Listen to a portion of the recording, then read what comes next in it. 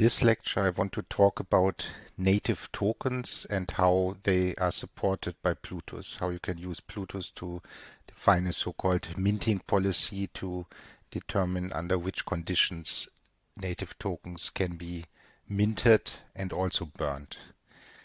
But before I get to that, I have to explain what value means in Cardano. When I talked about the extended UTXO model, I explained that each UTXO, each unspent transaction output, has an address and a value. And then when it was extended to the extended UTXO model, additionally, UTXO also has a datum. And we have seen examples of such datums in previous lectures. But in almost all the examples we have seen so far, the value was always simply an ADA value or Loveless value. An exception was the first contract I showed you as an example, namely the auction contract. Because in that example, the item that was auctioned away was an NFT. So this NFT was also a value which was not ADA. But we just created this NFT out of thin air in the playground. So we just used this playground feature that makes it possible to start with other native tokens other than ADA that are already in existence. In the real Cardano blockchain, however, in the beginning, there are only ADA. There are no other native tokens apart from ADA. So you have to do something to create new native tokens or to burn existing ones. And in this lecture, we'll see how to do that. But let's first talk about values. The relevant types are defined in package Plutus-Ledger-API, and the modules of interest are plutus.v1.ledger.value, and then special support for ADA in plutus.v1.ledger.ada. Let's look at the value module first. A value is defined as a map from currency symbols to maps from token names to integers, which sounds a bit weird and complicated. So the first thing to note is that each native token, including ADA, is identified by two pieces of data, a currency symbol and a token name. And if we go to the top of the module, we see that a currency symbol is just a new type wrapper around a byte string. And the same is true for token name. Token name is also just a new type wrapper around byte string. So we have these two byte strings that identify a coin, or it's also called an asset class. We have this new type asset class, which is a wrapper around a pair consisting of a currency symbol and a token name. So ADA or Loveless will be one asset class, and custom native tokens will be other asset classes. And this map from currency symbol to map token names to integers is equivalent to a map from asset classes to integers, which means that a value just says how many units of each asset class are contained in it. Let's start the REPL and let's import the two relevant modules, Plutus v1 ledger value and Plutus v1 ledger ADA. Let's also activate the overloaded string extension so that we can enter byte strings as literal strings. Incidentally, both currency symbol and token name also implement the isString class. That means we can enter both of those as literal strings as well. Now let's look at some values. Let's start with Loveless values. In the ledger.ada module, there is a function called ADA symbol, and this is of type currency symbol, and that gives us, not surprisingly, the currency symbol of the ADA asset class, and that's just the empty byte string. And there's similarly a function ADA token, which will give us the token name, and that is also the empty byte string. So taking both symbol, currency symbol, and token name as the empty byte string gives us ADA or Loveless. And so how do we construct a value containing just Loveless? We have seen that before in the examples. There's a function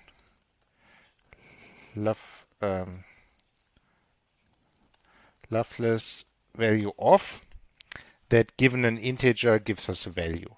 So for example, to have 123 Loveless, we can just do this and we get a value. And by the way, you would never construct a value directly by constructing these maps. Instead, there are always helper functions you can use, one of those being Loveless value of. So here we see this map. So the outer map, the map where the keys are currency symbols, has one key, and we don't really see it here. That's because the currency symbol of ADA is just empty currency symbol. Okay, and the value is now a map from token names to integers, and we see this inner map here again has just one key, the empty string. That's the token name of Loveless. And finally, the value is 123. So this value represents 123 Loveless. One thing we can do with values is we can combine them, add them. So in the case of Loveless, so let's take another example. Loveless value, I don't know, 10. And how do we combine them? Well, it turns out that the value class is an instance of monoid. We briefly mentioned monoids in the last lecture when we talked about the writer monad.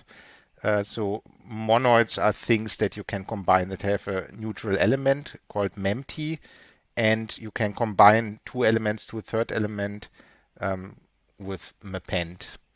But there's also an operator for that that's written like this. That comes from semigroup, which is a superclass of monoid.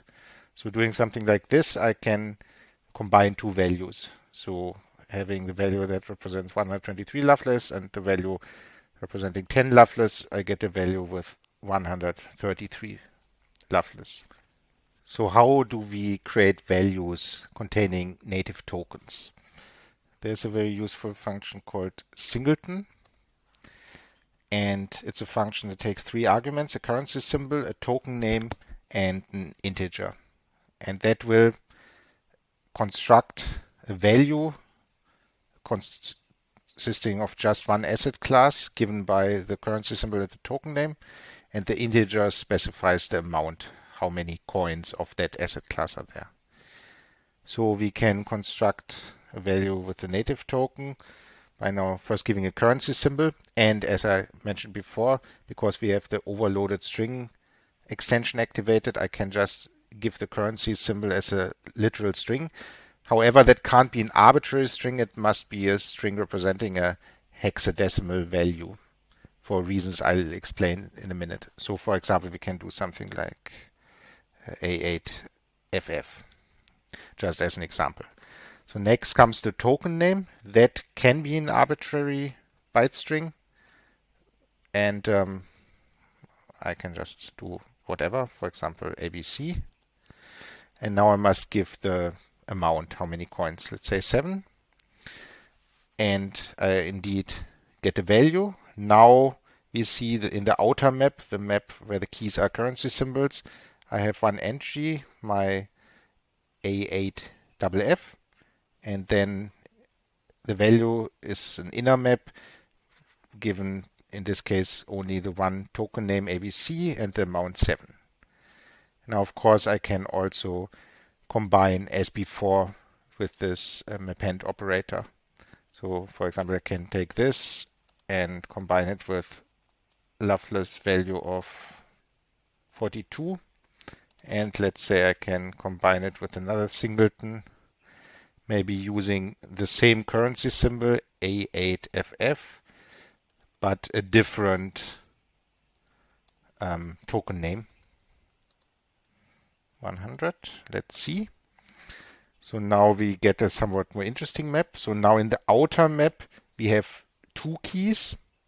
One has the empty currency symbol, so that's for the Loveless, and then a second entry that has the A8FF currency symbol.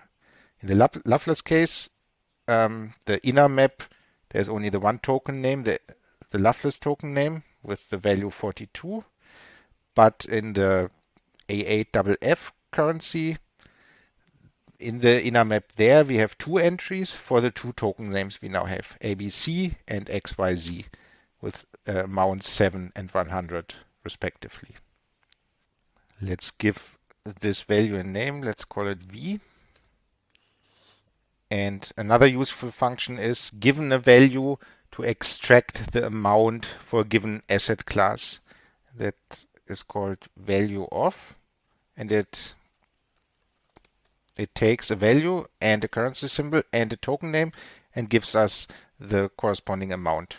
So if we try that with our V, value of V, and take currency symbol A8FF and as token name, for example, XYZ, then we get the 100 back. If we take ABC, the 7. And if we take a token name that's not contained in the value, ABC lowercase, we get 0. Another useful function is flatten value. That takes a value and returns a list of triples, currency symbol, token name, integer. So as the name suggests, it flattens this map of maps into a flat list of triples. So if we apply this to our example value V, we just get a list with 3 entries. The first two are these native tokens, both with the same currency symbol but different token names. And the last entry here is the Loveless, the 42 Loveless. Now the question, of course, is why? Why do we both need a currency symbol and a token name? Why don't we just use one identifier for an asset class? And why does the currency symbol have to be built from hexadecimal digits and can't be an arbitrary string? And this is where so-called minting policies come in.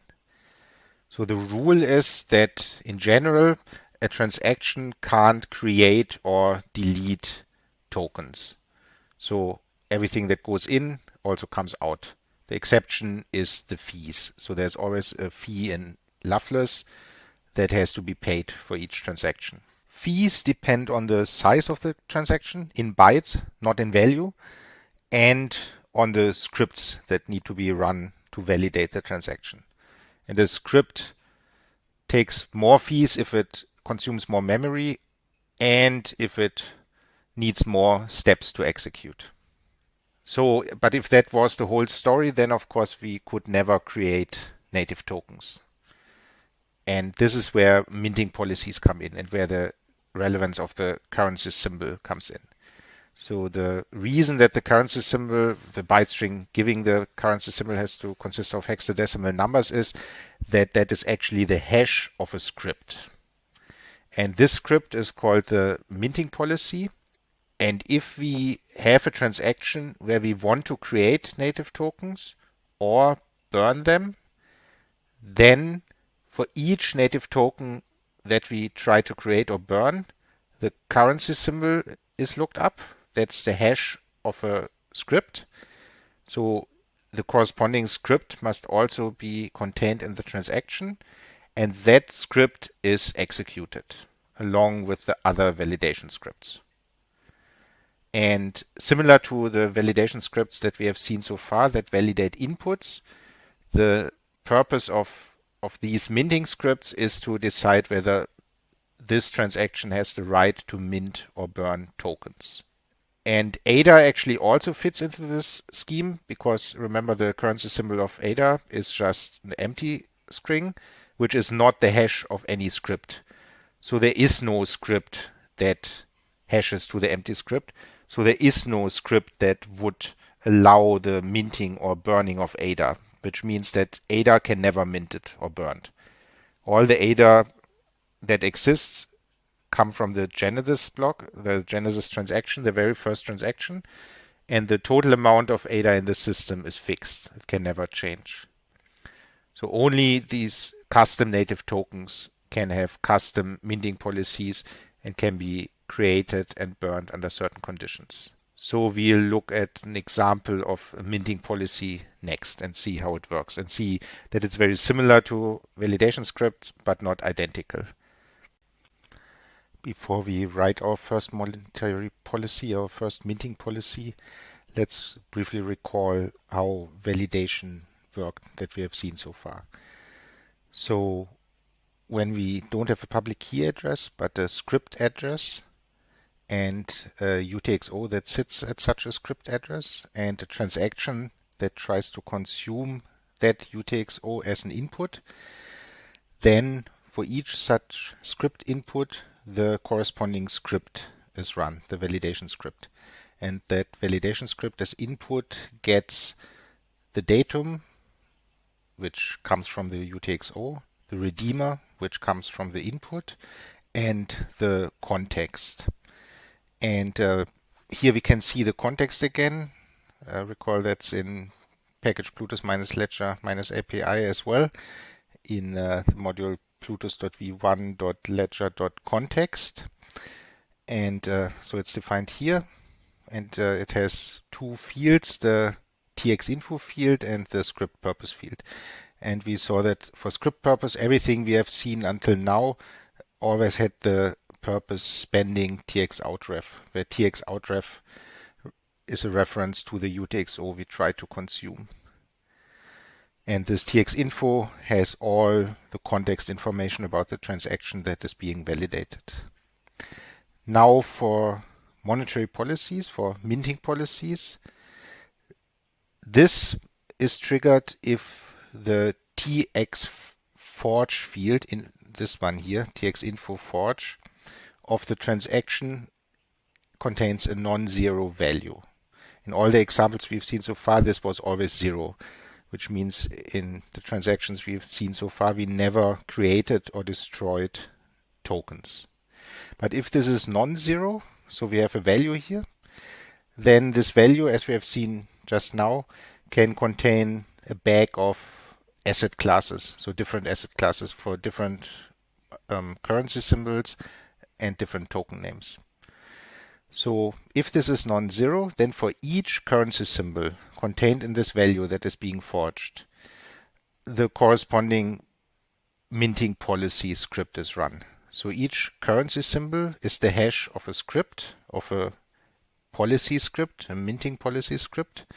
And for each value that appears here, for each currency symbol that appears in this value in the forge field of the transaction, the corresponding script that belongs to the currency symbol is executed. And where the validation scripts had 3 inputs, the datum, the redeemer, and the context, these minting policy scripts only have 2 inputs, a redeemer and the context, no datum. That would make sense because datum sits at something that's being spent and the output. And in this case, there is nothing like that. There's no place where the datum could possibly sit. So the transaction will provide the redeemer, as it also provides the redeemer for all script inputs. So for each currency symbol in this value with a non-zero amount, the corresponding minting policy script will be run with the redeemer and with the context. So the context will get as txinfo the transaction that's being validated, and as script purpose it will get minting with the currency symbol that is currently checked. So whose minting or burning is currently checked. So in principle, in this forge field, in the value of the forge, there can be several currency symbols. And then for each of those, the corresponding minting policy would be run. And the purpose would change accordingly, so with the appropriate currency symbol. So let's look at an example of a minting policy. And let's start with a very simple one, similar to what we did for validators. I created a module free, and as for validators, we first define a Haskell function that represents the policy, and then we'll compile it to Plutus Core. So a validator takes the datum, the redeemer, and the context. And as I explained, there is no datum for policies, so we just have redeemer and context. And for this simple one, as redeemer, we can use just unit. And then script context as before, and again bool. So this is the typed version.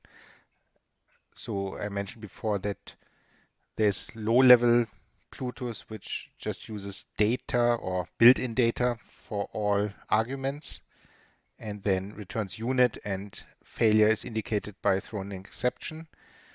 But we won't bother with that here and immediately use the typed version. And normally for the redeemer, I would need a isData instance, but unit has one already. So the simple-most policy we can write is the one that always returns true. So no matter the script context, we just return true. So this represents a minting policy that allows all sorts of minting and burning for the currency symbol given by this policy. Recall, the currency symbol is the hash of the script. Next, we have to compile this policy to Plutus script. And I call it the result policy, so it's of type minting policy. And very similar to what we do for validators, there's a function called make minting policy script. And then comes template Haskell. And again, we use compile and Oxford brackets. And here it's slightly different to what we do for validators. So we take our policy, our Haskell function, but that still has to be converted to the untyped version that just uses built-in data for the arguments and a unit return type. And this is what wrap minting policy does. So as before, this wouldn't work because in these Oxford brackets, everything has to be inside them. So we can't have external definitions except if they can be inlined. So again, we have to add this inlineable pragma. So let's do that. Inlineable make policy. And once we have the policy, we can get the currency symbol by using the function script currency symbol applied to the policy. I should mention that similar to how we have parameterized validators, we can also have parameterized policies. So there could be additional arguments here in front of that, the parameters of the policy. So if I start the REPL and load that module, then the currency symbol should be available and I can actually look at it. So this is now the hash of the script that we got from compiling the Haskell function that represents the policy. So that's the first currency symbol that's not ADA that we see. Going back to the editor, this completes the on-chain part. So we define the policy as a Haskell function, compile it to Plutus script, and we can also derive the currency symbol from that. But in order to try it out, we also need an off-chain part. So I prepared that already. And the idea is that we will have one endpoint called mint that takes as parameter the token name and the amount we want to forge, respectively burn. So if the amount is positive, we will forge, and if it's negative, we will burn. We only have to specify the token name because the currency symbol is given by this script. So the off-chain function in the contract monad, it takes these parameters. Then first we compute the value that we want to forge or burn. So we use the singleton function that we saw before. Currency symbol is our shining new currency symbol. And we extract the token name from the parameters and the amount. Then as lookups, we have to specify the minting policy. So the transaction has to contain the actual script, the minting policy, the policy itself for validation to be successful. And the only constraint we put on our transaction is using something called must mint value, which is self-explanatory. So this transaction must mint the value we computed before. Then when we submit, so when we use submit tx constraints with these lookups and that tx, then the algorithm will automatically take care to find an input in the wallet to cover the fees, and it will automatically transfer the minted value to the wallet if it's positive. If it's negative, it will try to find sufficiently many tokens in the user's wallet that can then be burned. So we wait for confirmation and log a message that we forged this value. So then we define the endpoints as before. So we just call mint and then recursively endpoints again. And mint prime is just using our mint, but using the endpoint function to actually expose an endpoint and then feed the parameters using bind into the mint function. So this is boilerplate so that we could try it out in the playground. And additionally, I also defined an emulator trace. Since the last lecture, we know how to do that, so we don't have to test it in the playground. We can also just run it on the console using emulator trace. So I define a token symbol, tn, token name. Then I run these endpoints, so the endpoints contract in wallets 1 and 2. So I start them. Then I call the endpoint mint on wallet 1, where I use this token name and I mint 555 coins of that token. Then wallet 2 mints 444 coins of that token. I wait one slot, and then I, on wallet 1, burn 222 tokens. So in the end, wallet 1 should have 333 and wallet 2 should have 444. And I wait another slot. I should still mention that here in the must mint value function, I'm just mentioning the value and not the redeemer. And that is because the case that the redeemer is of type unit is very common, so there's special treatment for that. Let's try this out in the REPL. I have to reload.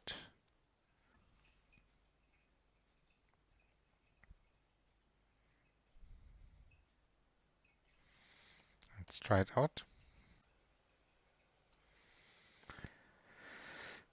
And we see in the end, indeed, wallet 1 now has some ADA, a bit less than before because of transaction fees, and indeed 333, this currency symbol and that token name.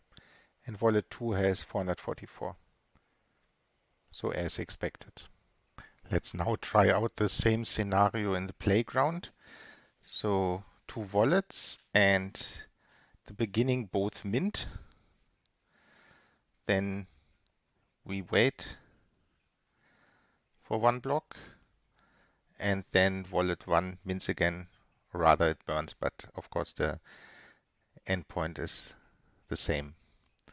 And another wait action. So token name was ABC.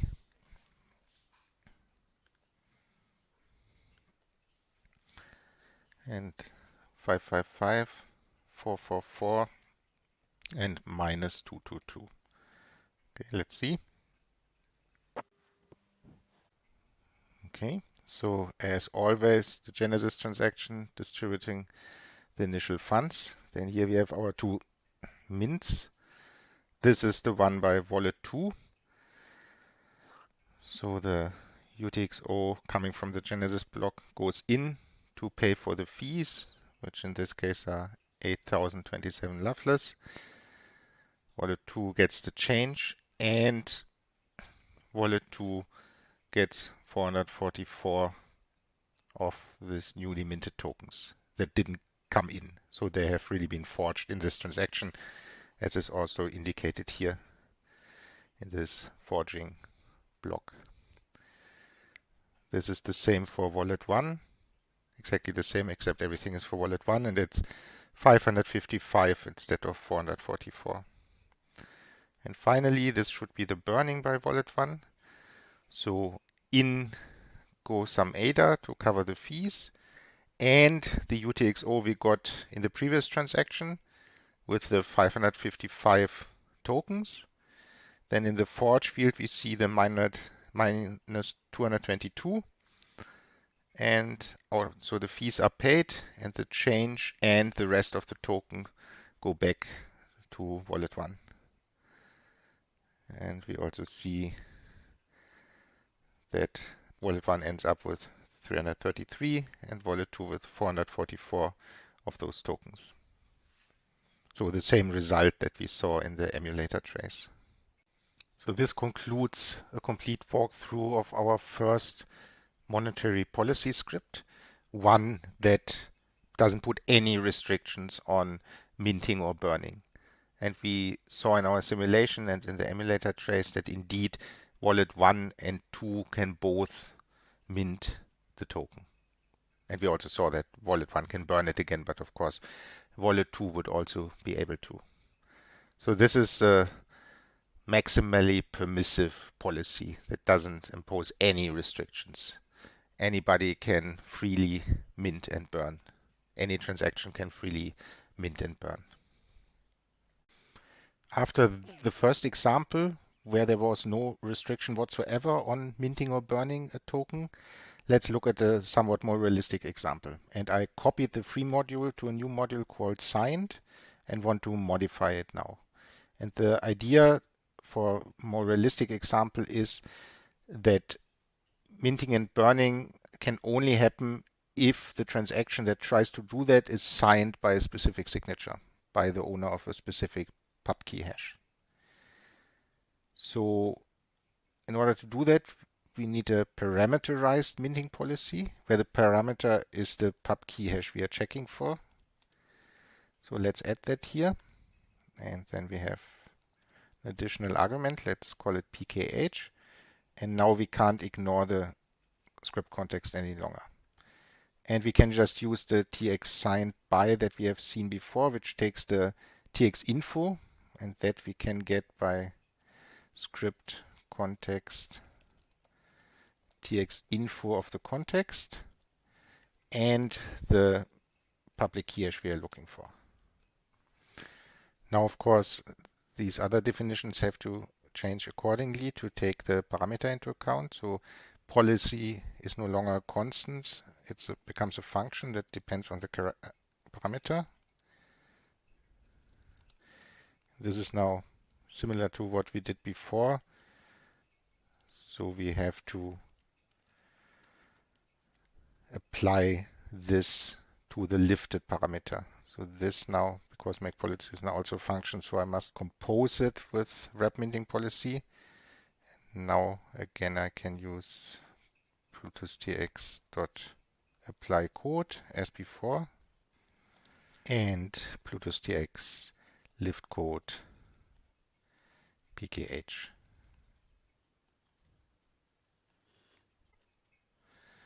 So finally, for the currency symbol, this now also becomes a function that takes the pub key hash as argument. And I can simply compose here. So this is very similar to before. Now for the off-chain code.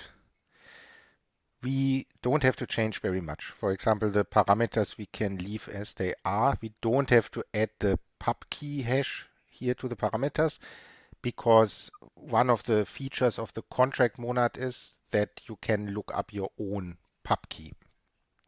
And minting, calling this mint function, only makes sense if you actually want to mint the currency that's given by your own pub key, because otherwise the minting policy would forbid it anyway. We should rename this though to signed schema. Okay, and now here. So we do have to look up our own pub key. We can do that with contract own pub key.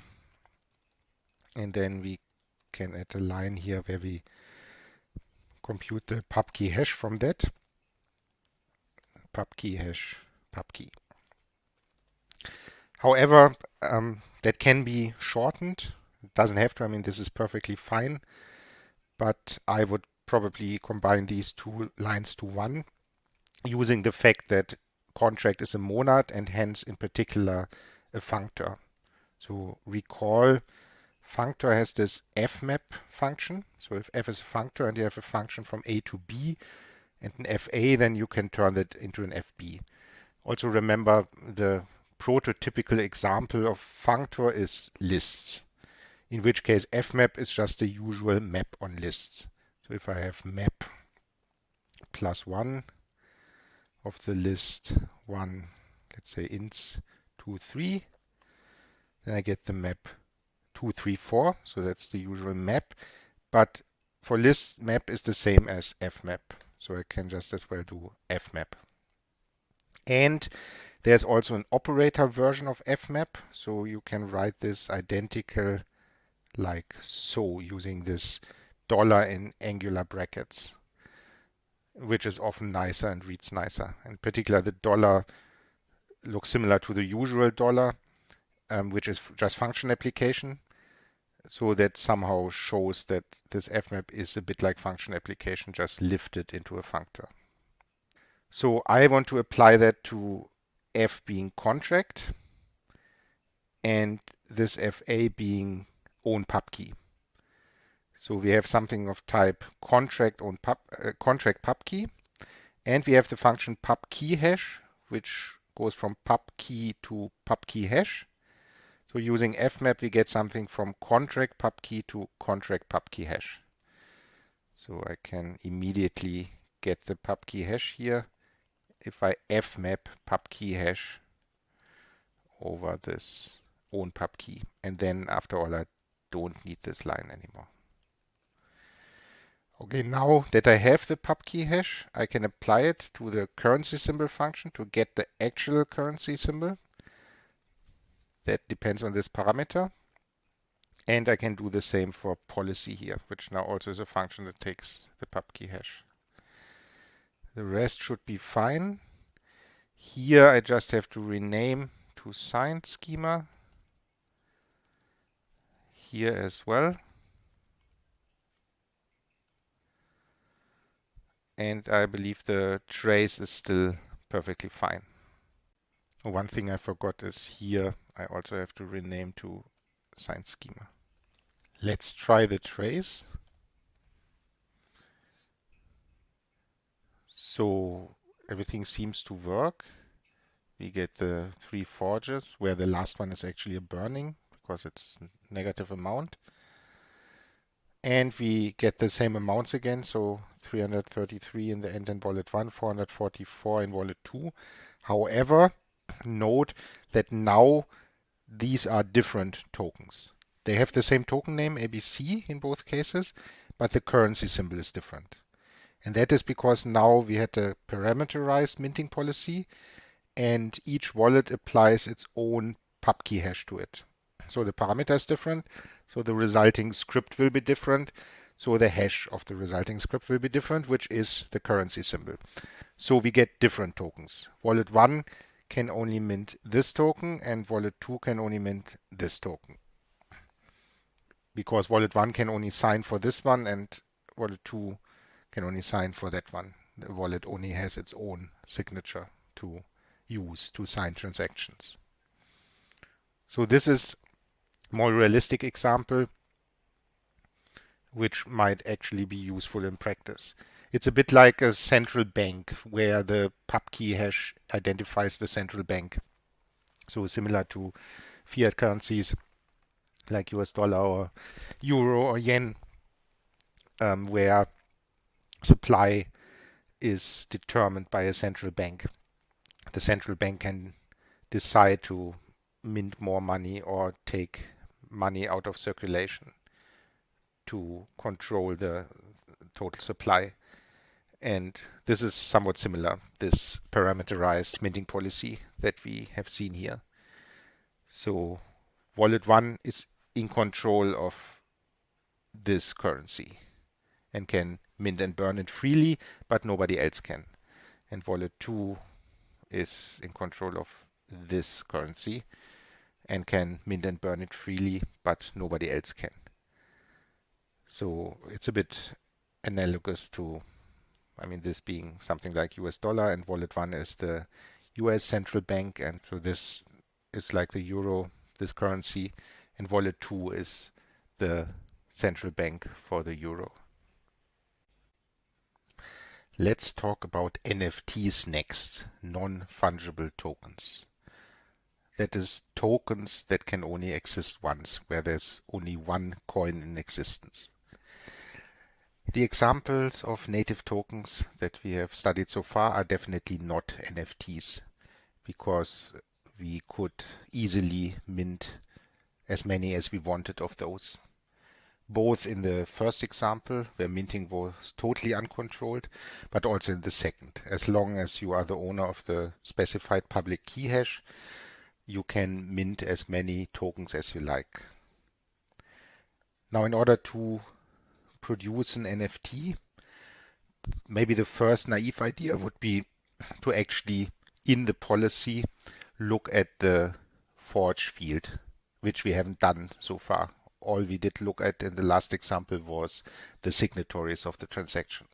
But if we actually look at the forge field, we could add a condition to the policy that the forged value has an amount of 1. But that wouldn't help us. That would only mean that during one transaction you can only mint one token.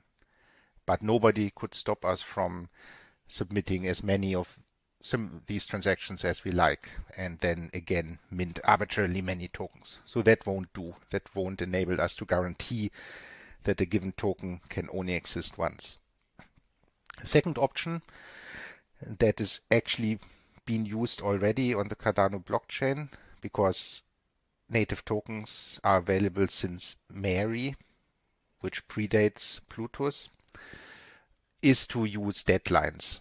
So we saw in previous examples, in previous lectures, how time can be incorporated into Pluto script. And we can do the same, of course, in policy scripts. So the idea here would be to have a deadline that only allows minting before the deadline has passed.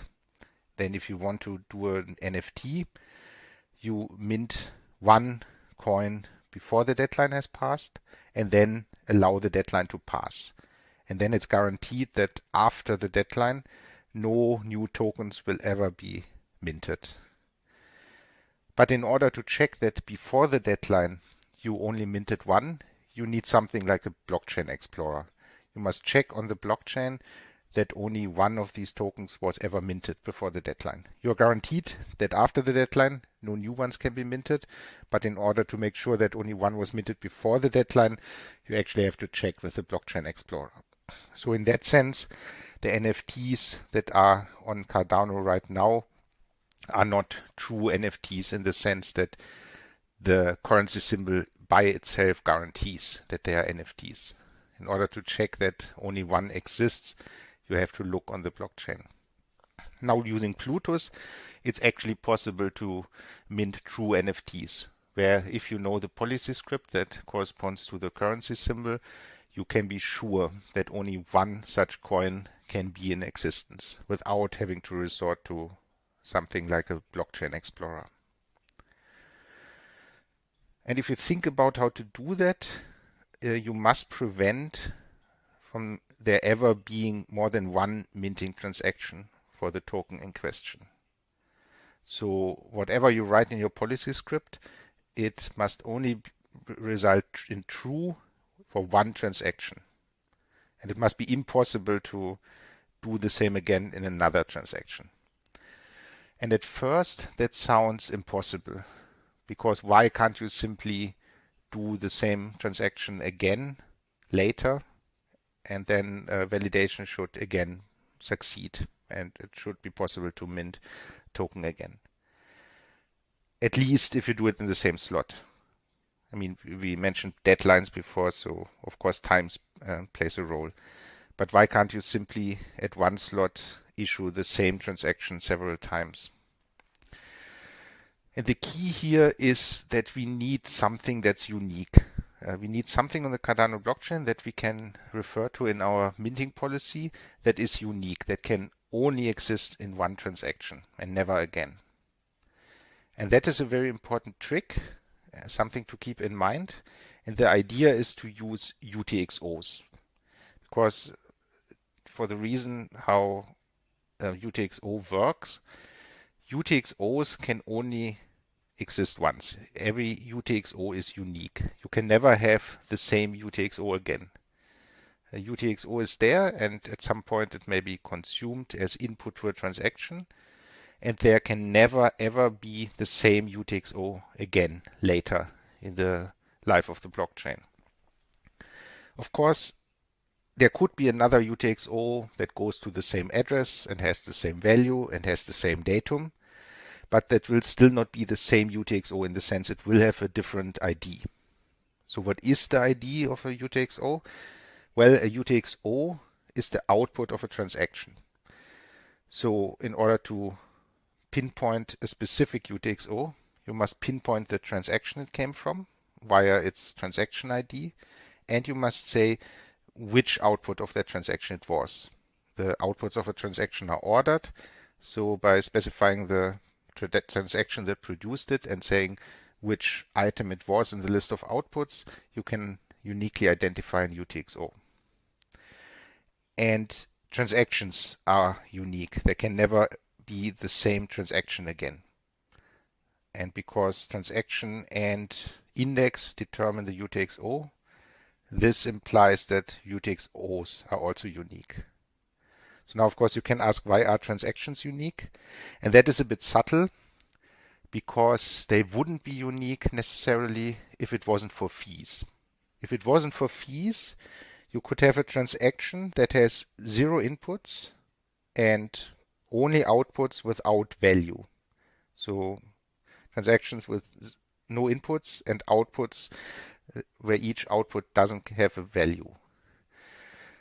Such a transaction could exist several times. You could have the exact same transaction, and it would have the exact same hash and hence the exact same transaction ID. But in a system with fees like Cardano, you can't have such a transaction, because you always need an input that provides the fees to pay the transaction fees for the transaction. And as soon as you have an input, that input must come from somewhere. It must come from a previous UTXO. So basically, by a simple induction argument, you see that as soon as you have fees, transactions can never be repeated. You can never have two identical transactions in the sense that they have the same transaction ID, because they must spend fees, and these fees, because double spending is impossible, must be different UTXOs for different transactions, and the inputs are incorporated into the transaction hash. So if you have two transactions with different inputs, those two transactions also will have different transaction IDs. So that means that every transaction in the history of the blockchain is unique, has a unique ID, and that implies that also every UTXO in the blockchain has a different ID, a different combination of transaction ID and index. And this is a very important fact, and that is a fact that we can use in order to create true NFTs. So the idea here is to name a specific UTXO as parameter to our minting policy. And then in the policy, check that the transaction that does the minting consumes this specific UTXO. And because of what we just said, once a UTXO has been consumed in this transaction, it can never exist again. So there can't be another transaction that consumes the same UTXO. And this strategy guarantees that with a minting policy like that, there can only ever be one transaction that consumes this UTXO. And that is what we want to achieve in order to guarantee that we have a true NFT that can only be minted once. In order to demonstrate the idea, I created a module NFT, and in the make policy function, I now have two parameters, one of type txoutref, one of type token name. So txoutref, as the name suggests, references txout, so transaction output, UTXO, and token name will be the token name of the NFT. There would be various other choices. For example, I could turn those two pieces into one parameter. But I also wanted to demonstrate how to have scripts with more than one parameter. So how does it work? So oref is the reference to the output we want to consume in this transaction to make sure that this can only happen once in one transaction. And tn is the token name. Again, we don't use the redeemer and the context. So we have to check two things. That the UTXO specified by oref is indeed consumed. So that's the first condition here, that I delegate to has UTXO, the helper function. And the second condition is that we indeed only mint the token once, exactly once. So let's look at the helper functions.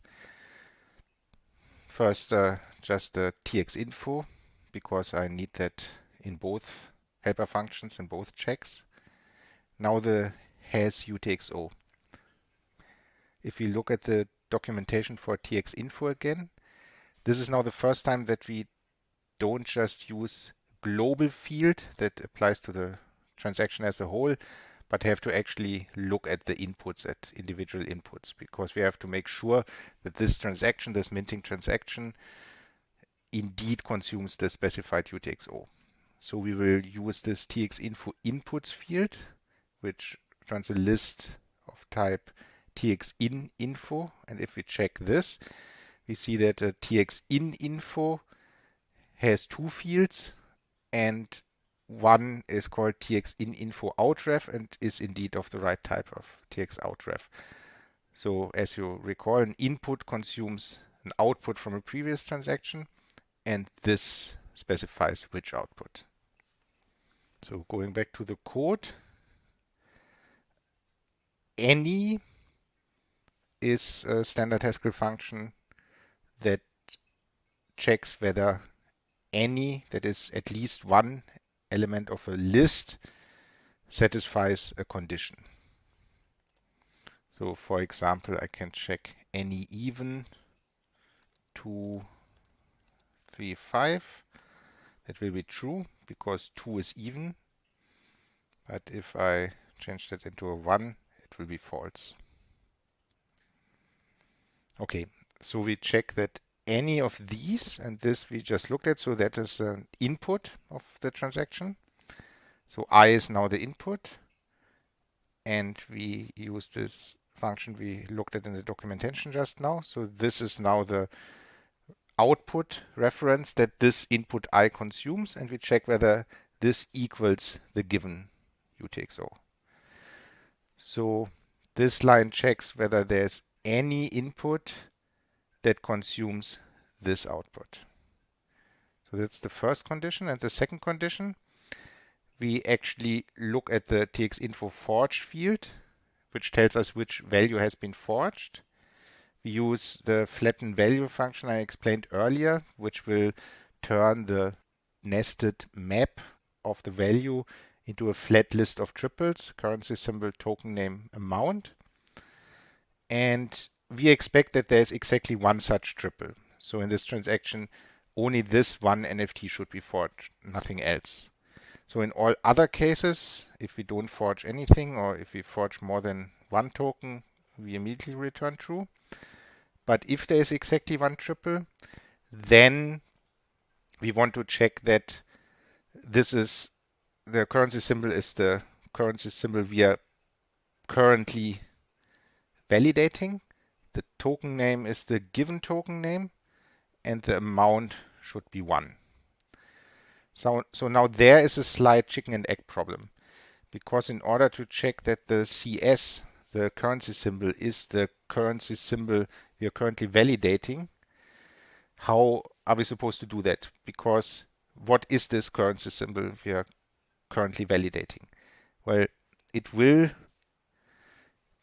be computed from first taking this Haskell function, compiling it to Pluto script, and then taking the hash. That will be the currency symbol.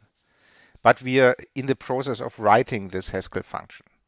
So how can we possibly inside this function already know what the result of hashing the script, which is compiling this function, will be?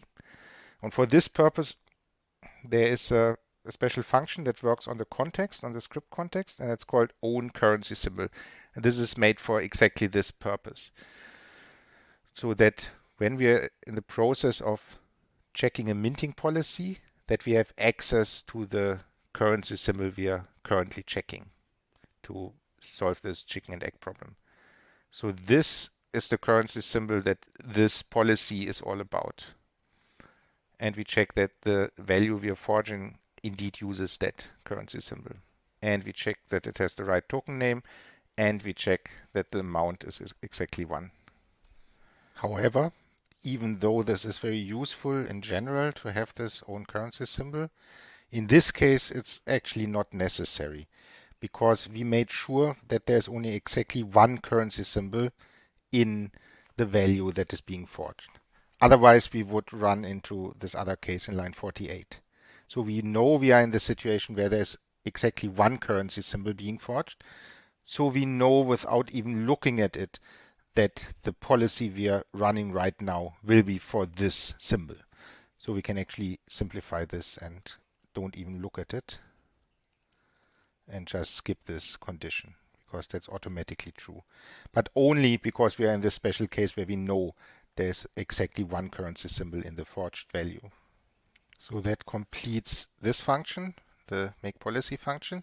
Now we need to compile it to a policy. So given the 2 parameters, the txoutref and the token name, we must compute the minting policy by compiling this function.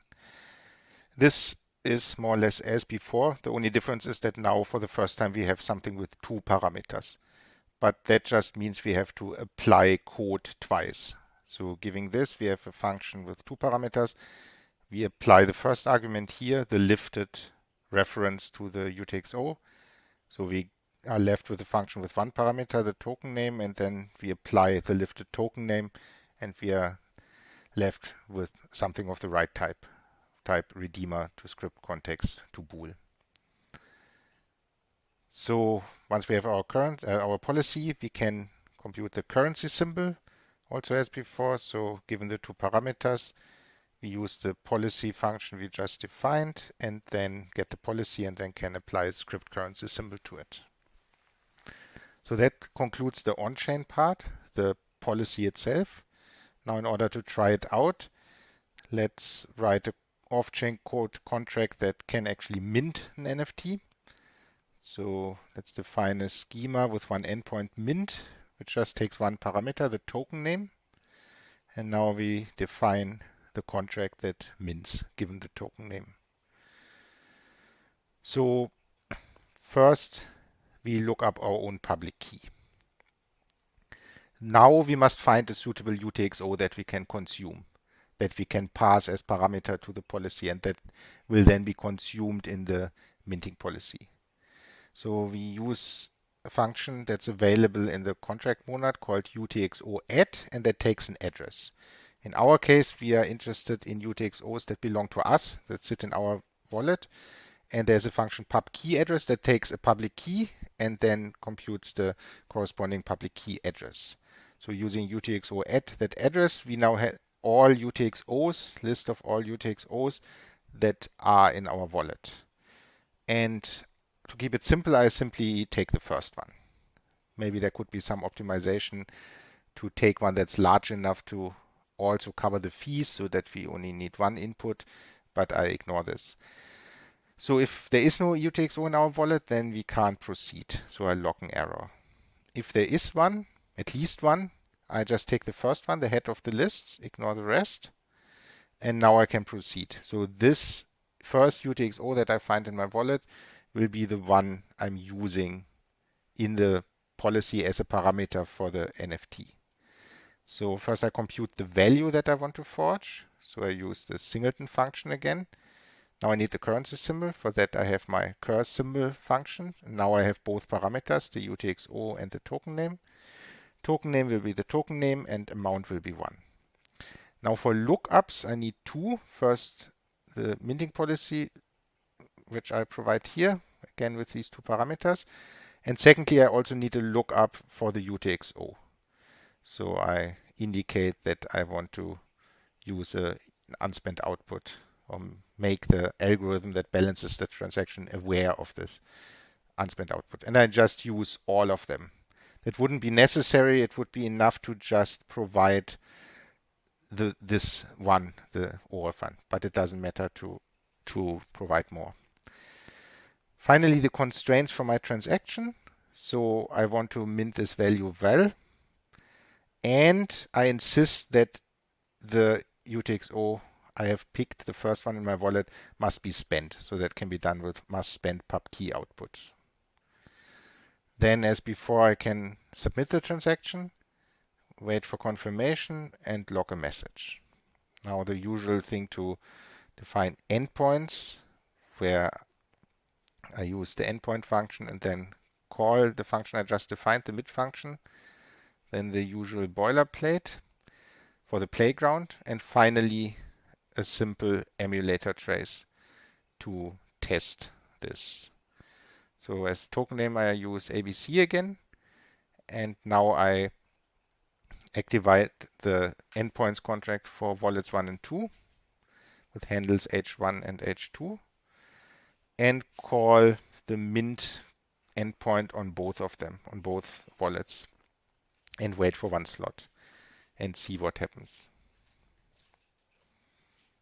If I reload and run test, I do see that both wallets end up with a token name ABC, but the currency symbol is different. And that is because those two wallets necessarily have to use different UTXOs specified as parameter for the currency symbol for the policy. So wallet 1 will use the UTXO it finds in his wallet, and wallet 2 will have to find another one in wallet 2's wallet. So both are NFTs, but they are different NFTs because the currency symbols are different. And we also get the expected log messages. So just as a recap, the idea with NFTs, the idea to enforce that only one transaction can mint is to use a UTXO as input, to insist in the policy, in the minting policy, that the minting transaction uses a specific UTXO as input. And because UTXOs can never exist again, once they have been consumed, the same UTXO will never exist again. This will guarantee that such a transaction can only happen once. And if in addition we enforce that in this transaction that can only happen once, a value of exactly one coin is minted, then we get a policy that guarantees that we have a proper NFT, where there's only one coin in existence. For homework, first I want you to look at the homework 1 module, and there I want you to implement a Mary era style monetary policy, minting policy. So in Mary, it's already possible to use native tokens, even though we don't have Plutus. And you can specify minting policies, but only of a relatively simple type. And what you can do is you can specify signatures that have to be present in the minting transaction, and you can specify deadlines. So you can say that minting must not happen after the deadline has passed. And there's more you can do. You can also combine several such policies with logical AND or OR. What I want you to do here in the homework is to implement a minting policy that has two parameters, a pub key hash and a POSIX time. And the idea is that minting should only succeed if the transaction is signed by the corresponding signature and if the deadline has not yet passed. Then you have to implement the depending things like the policy and currency symbol accordingly. Now for the off-chain code, I already implemented that. So as parameters for minting, you must provide the token name, the deadline, and the amount you want to mint. And then in the mint contract, I first look up my own public key hash, as I explained before. Then I use current time to look up, as the name suggests, the current POSIX time. I look up the deadline from the parameters. And if the deadline has already passed, then I just log an error message. So I don't even bother submitting a transaction because I know it will fail anyway during validation. However, if the deadline has not yet been passed, I compute the value I want to mint, so just using the currency symbol, the token name, and the amount. Then in the lookups, I must specify the minting policy. And finally, in the transaction, I need two constraints that I combine, so that I want to mint the value in this transaction and the validity interval. And recall, normally the rule of thumb is to make it as large as possible, but not too large, of course. So because in the validation, it will be checked that the deadline has not yet passed. The largest interval I can basically use is toDeadline. And then I submit the transaction, wait for confirmation, and log the message that I forged the value. Then the usual, I define the endpoints in terms of this mint contract, do the playground boilerplate, and then I also provide an emulator trace, token name ABC, deadline beginning of slot 10. I only need one wallet. I start the endpoint on wallet 1, and I immediately call mint 555 tokens, and then I wait until slot 15 or for 15 slots. So now the deadline, which is slot 10, should have passed. So the second minting should fail, and I wait another slot to see the effect. However, when I try this trace in the REPL and check, then I get an error for the first minting. And this is not coming from the log message, but it's really coming from validation. So we see a validation error, deadline missed, which is the error message that I use in validation. So I was puzzled a bit by that, and then I finally understood what the problem is. So the off-chain code is wrong, and the reason is the switch from using slots to measure time to using POSIX time to measure time in Plutus. So recall that validation works by checking that the validity interval is contained in the toDeadline interval. So that's what it means. We must check that the deadline has not yet passed. No matter what the current time is, we don't know for sure. We just know it's somewhere in the validity interval. So the whole validity interval must be before the deadline, which means it must be contained in the toDeadline interval. And that's why here, when I set the validity interval, I use toDeadline. And I thought that's obviously correct, because obviously toDeadline will be contained in toDeadline. However, what I forgot was that the underlying transactions, the Cardano transactions, still use slots. So even though Plutus switched to POSIX time, the transactions still use slots.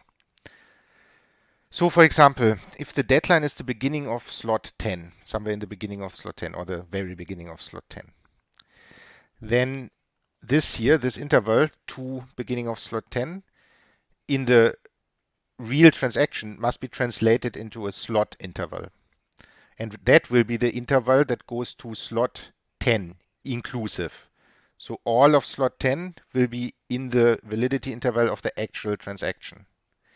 So now during validation, that is again Plutus, this validity interval will be translated back into a POSIX time interval. But now, because the slot-based interval includes all of slot 10, when that's converted back into POSIX time, we will get the end of slot 10 as the POSIX time, not the beginning. And that means validation will fail because now suddenly the validity interval is larger than the to deadline interval, because the to deadline interval stops at the beginning of slot 10, but the validity interval now only stops at the end of slot 10. So that's a bit unfortunate and might lead to subtle errors. So one really has to be aware of that this conversion happens. So Plutus works in POSIX time. Transactions are based on slots. So when we go from off-chain to on-chain code, this conversion happens twice. The POSIX time gets translated into slots in the transaction, and then during validation they get translated back. And because slots are of course much coarser grained than POSIX time, this conversion is not perfect, so it's lossy. So that means if we start with the POSIX time, convert to a slot, and then back, we won't necessarily get the original POSIX time back. So that's what I overlooked. And let's try to fix that. I honestly don't know what the best way is. One way is, instead of using to deadline, to just use a time that's a bit in the future from now, and then hope that we are not too close to the deadline, so that goes past the deadline. So for example, what I could do is I use now and add, I don't know, 2 seconds, something like this. So this gives the transaction 2 seconds to get to the validating nodes, which should be enough, I think. Maybe we could make it 5 seconds. I don't know actually how long it would take. And the larger we make it, the higher the risk that if you're close to the deadline, then this now plus 5,000 is after the deadline.